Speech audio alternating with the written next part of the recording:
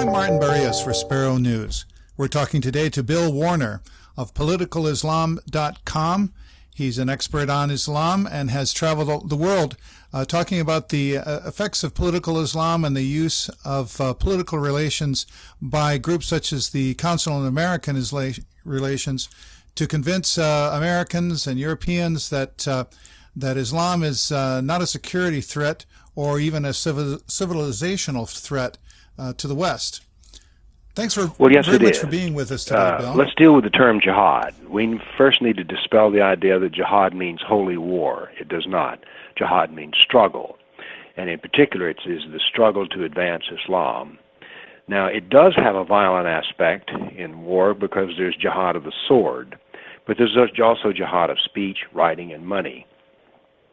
And we're seeing, I often say this, the jihad of the sword, although it's spectacular and gives great media, it is not the dangerous jihad. The people that we lose in terrorist attacks are far exceeded, I would wager, by the deaths due to drunk driving on Saturday night. Whereas the jihad of speech and writing and money influences in a civilizational way. An example here is that the textbooks in Tennessee now reflect a view of history which is very pro-Islamic, even very biased. How is that, Bill?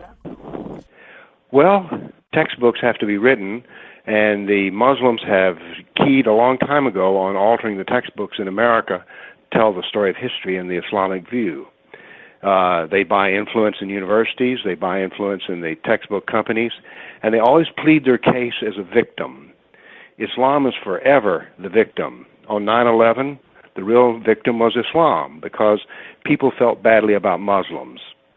So they are now portraying the victim history mode in our textbooks, which is that they're the best of people, they're religiously tolerant, they were the first to give women their rights, the high point of human history was the Golden Age in Baghdad. Well, some of these things are best a half-truth, but they're not examined in full. So this is just an example of jihad of writing. You know, it seems to me that what we're seeing is sort of an obliteration of history, as we know of those of us who are aware of history, that the Ottoman Empire and Islamic Empire got as far as the gates of Vienna and wouldn't have been destroyed if it hadn't been for the efforts of the Austrians and the Poles to beat them back from Vienna and also from the gates of Krakow. That was in the 1700s, and then you had in the early 1800s war between the United States and the various Barbary pirates. Yes. So Islam's been at war with us for a long time. What our problem today is that Islam is at war with us, but we're not at war with Islam. We've spent trillions of dollars in treasure and blood in order to fight an enemy in a, quote, war on terror, which is one of the most bogus concepts I've ever heard. That's like having a war on technique. So the trouble is Islam is at war with us and has been for 1,400 years. When you read the doctrine, Islam is at perpetual war with the non-believer, the kafir. So our problem is they're at war with us and we're not at war with them. As a matter of fact, we can't even figure out who we're at war with. Oh, that's right, we're combating violent extremism. Good Lord. So what would you say to the proposition that jihad is properly understood as a spiritual struggle, a struggle that is, not unfamiliar to Christians who seek to avoid temptation, for example? Yes. Well, let's grant it that is the case, and let's measure how important this greater jihad, the inner struggle, is. Jihad is well developed in the Hadith of Bukhari, and I've gone through and pulled out every piece of every Hadith that relates to jihad. And it's 21% of those is devoted to jihad. So that's about 1,400 hadith. So now we put the hadith into two stacks, the hadith of the greater inner spiritual struggle and the jihad of the sword. Over 98% of all the hadith that refer to jihad of the sword. So is there an inner struggle, a peaceful struggle? Well, an argument can be made that 2% of the hadith are about that. but 98% are about jihad of the sword. So I leave it to you to draw your own conclusions as to the truth of the matter, that jihad is simply an inner struggle. So, I guess this is relates to the public relations aspect of it. For example, when the terrorists struck in Sacramento, California last year, one of the first things that the family did was to go to the Council on Islamic American Relations for representation. How is this characteristic of, let's say, Islamist or Muslim Islamic public relations? Well, first off, let's face something. They do an extraordinary job at what they do. As a matter of fact, in the PR world, they beat us hands down.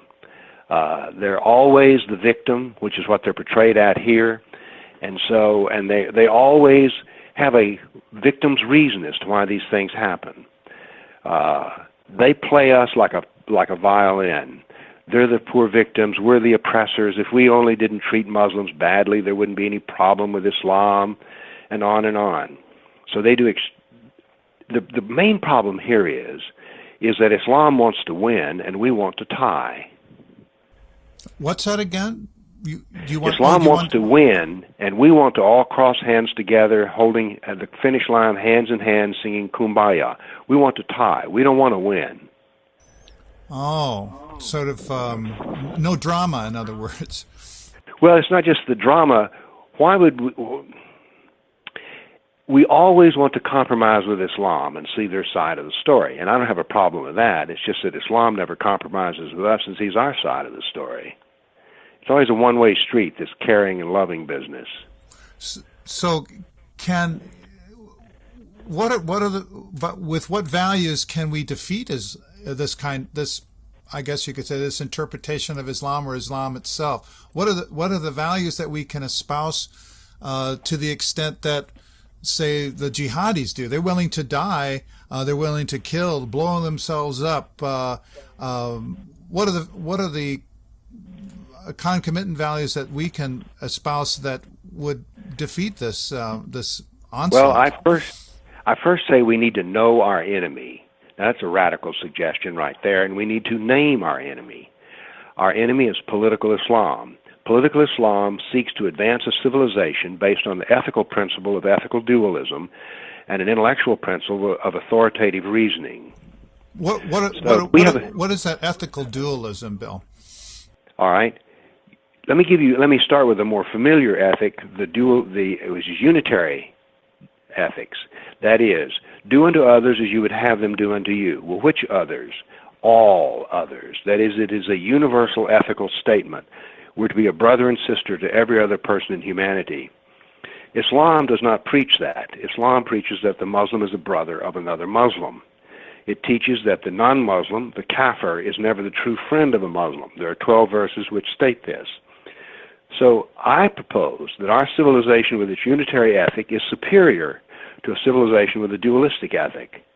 We also have the intellectual cornerstone, which is our basis of critical thought, whereas the civilization of Islam, it's authoritative thought. No reasoning is allowed to contradict the Quran. So we have a civilizational war about principles, ethical principles and intellectual principles. I say ours is better, and I say Islam is inferior. Can we defeat Islam and remain true to our principles through military force? This is not a war of bullets and bombs. It's a war of ideas. And we need to face that fact. Our bullets and bombs are doing us no good. Now, I'm not a pacifist, but I just say that if you go to war, you need to have a clearly named enemy. We don't name our enemies. How is this borne out, for example, in what's happened in Syria over the last 4 years during the Obama administration? Oh. Well, things are always bad enough in the Middle East with tyrants, but we've discovered that tyrants are a better ruler than the Muslim Brotherhood. You know, as a sidebar here, I think Obama's the most successful president I've seen in my 65 years of watching politics. He wanted to destroy the Middle East and stir it up, and he has done so quite well.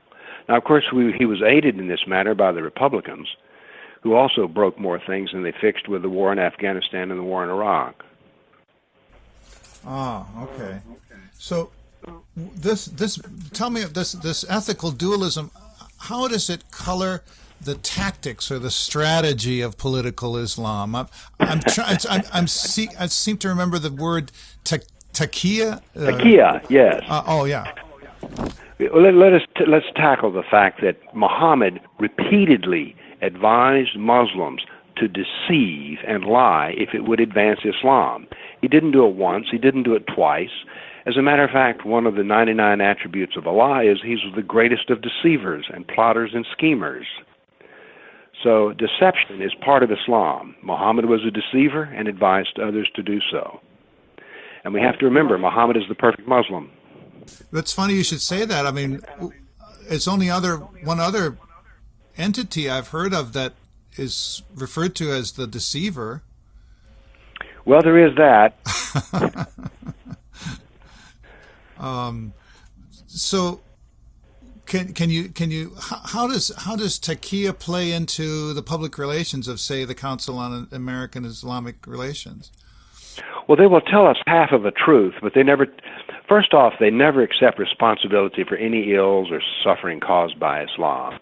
They'll tell us things which are like, "Oh, Islam does not believe in the harming of innocents," and then they quote half of a verse.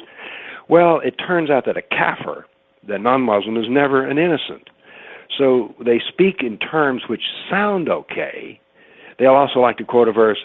In Islam, it says that whoever has saved the life of one has saved humanity, and whoever has killed one, it is as though they killed humanity. But the deception is, the introductory phrase to that verse is, and unto the Jews we gave the law that. So half a truth means that it's a lie. By the way, the very next verse, which says, unto the Jews we gave this law, advocates jihad. So the purpose of care is to be deceptive. Remember, they've stated their purpose, which is to have the Quran rule America. Everything else is subtext. And do you think they're really sincere about that wish? You know what? I called one of my colleagues one morning. I says, "Andy, do you wake up on some mornings and despise your own and admire your enemy?" He said, "Bill, that's the downside of what we do." One of the things that I admire about the Muslim Brotherhood is they want to win. They don't want to tie. They don't want to draw. They want to win. They're willing to do anything and everything in order to win. And they're ceaseless in their efforts.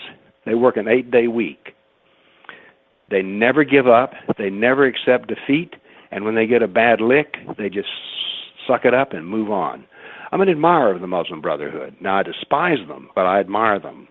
They're fighters. They do a good job. How was it never stop. And how was it that you became interested in political Islam, Bill? And by the way, we're talking to Bill Warner of politicalislam.com. I became interested in Islam when I was a 30-year-old boy, if you can call a 30-year-old a boy. But at 75, that seems that way. I started studying Islamic mysticism, Sufism. I did that for about a year. Then I had many students when I was a professor, and the Muslim students, to me, there was something slightly different. There was a veil there. So I decided I would reread the Quran cover to cover, which I did. Then I read the life of Muhammad. And so I began to realize that this was a civilizational war and began to speak against it. After 9/11, I decided I would give myself the task of making Islamic doctrine, which is the Quran, the Sirah, the life of Muhammad, and the Hadith, his traditions, available so they can be read by the common man, which is what I do. I merely try to bring forth Islamic doctrine and what it does and what it means. The important thing about Islamic doctrine is the majority of it is not about religion. It is about politics. It is about the kafir, what to do to them and how to manage them. This would stem, I would think, from the very earliest days of Islam, right? I mean, there was the famous slaughter at what was it, at Medina of the Qurayshi clan of Jews. How did this color the rest of the history of Islam? Well, let's look at what the word Sunnah means. Sunnah is the perfect example of Muhammad's life. Every human being, there's 91 verses in the Quran which state that every human being is to follow Muhammad as the perfect pattern of life. Now this poses a problem. Since Muhammad preached the religion of Islam and it was not successful, but after his practice of jihad it was successful, this means that forever, down through the halls of time, we have the idea that jihad and the use of force to advance Islam is the perfect method espoused by the ideal man. That is, the pressure of jihad will never cease as long as there is Islam. Can you say that? Would you say that the conduct of the Islamic State currently, as it is expressed in among these savages in Syria and Iraq, is that true Islamic warfare? The beheadings? Yes. How so? The reason I say that is that Islamic State issues an apologia, if you will, for its work in, say, sex slaves. In their magazine Dabiq, which is an online magazine, they go into enormous detail, showing that sex slaves were owned by Muhammad and that all of his companions had sex slaves with the exception of one man. So therefore, the Sunnah of Muhammad is that sex slaves are good because Muhammad had them. They're moral because Muhammad had them. So what we see with the Islamic State's use of sex slaves is pure Islam. And everything else they do is all pure Islam. So can you say, would you say that inasmuch as someone is non-Islamic or a Muslim who tends to not to follow the tenets of Islam, that it makes that person more amenable, more peaceful? Or is Islam, well, I guess, essentially warlike? We have two Islams because there are two Muhammads and two Qurans. We have the Quran of Mecca, in which Muhammad preached the religion for 13 years and converted 150 Arabs. Then we have the Quran of Medina.